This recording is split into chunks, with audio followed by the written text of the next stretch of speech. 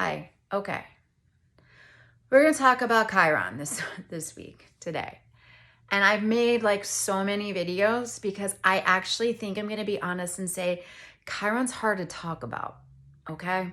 Chiron is hard to talk about because Chiron represents the deepest wounds in all of us. Why would that be even comfortable to speak of, right? So I'm going to honor that. Like, this is a challenging topic. And I think it's important to give voice to it because we're in the energy of this week of it. And I think that there's a lot of power in starting to understand what's going on so that we like know how to maybe work with it. One of the astrologers that I love had explained, like, for example, like a lot of this is like astrology, like that's what we're talking about, right? And it's not using it from astrology of like prediction point of view. It's using it from like it's a weather forecast. It's helpful to know like, oh, hey, it might rain today. You might want to carry an umbrella, right? Or it's going to be hot or it's going to be cold, so we know how to dress ourselves. We do that. So this is impacting like our emotions, like how we're feeling. So I think it's helpful to kind of know, hey, there's some energy this week that we should give ourselves grace for, or like at least know what's going on. So when we're working with Chiron or that Chiron is activated and it's our deepest wounds, that's scary, right? So it would be really helpful if we can start to, notice how we're feeling, notice things that might be coming up for us. Like notice, are there familiar, non-helpful thought patterns that keep coming up? I can say like maybe old fights or annoyances, like something like that.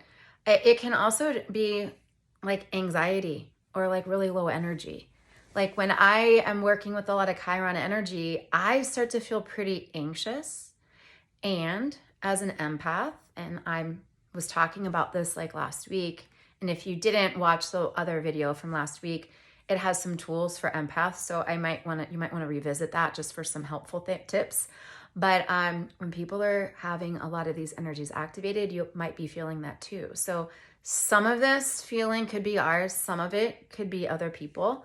So it's honoring that. And we're moving into a full moon in Libra that's all about relationships. So deepest wounds, and then interpersonal relationships, a lot of things going on. There's a lot of things going on.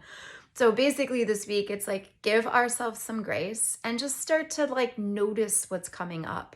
Because the ask with Chiron, and when we want to work with the Chiron energy, it's starting to allow these deep-rooted wounds to show us and to showcase our own inner warrior. And how can we work with them instead of, feeling like a bad person or feeling like a victim or like, I don't know, crawling up into this little ball. It's like, yeah, this shit happened. Okay.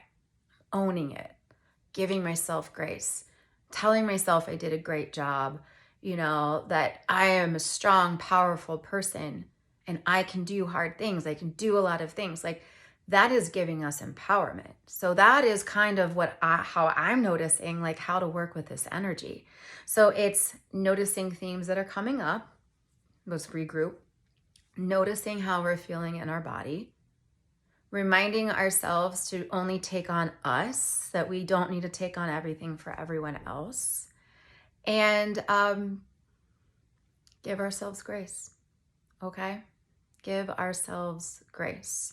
So we'll be continuing to work with Chiron. I know I'm going to be talking about it quite a bit because Chiron's in this cycle. But the thing that's beautiful about this cycle is that it is not a cycle of healing because there's something wrong with us.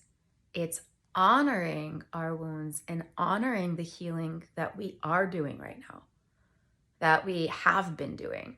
And I think that's where the powerful thing is this week. So I hope this helps. I will be putting out some breath practices that will help like with those of us that might be similar to me, like running on anxiety. And keep your eyes open for some meditations coming up too. So thank you so much.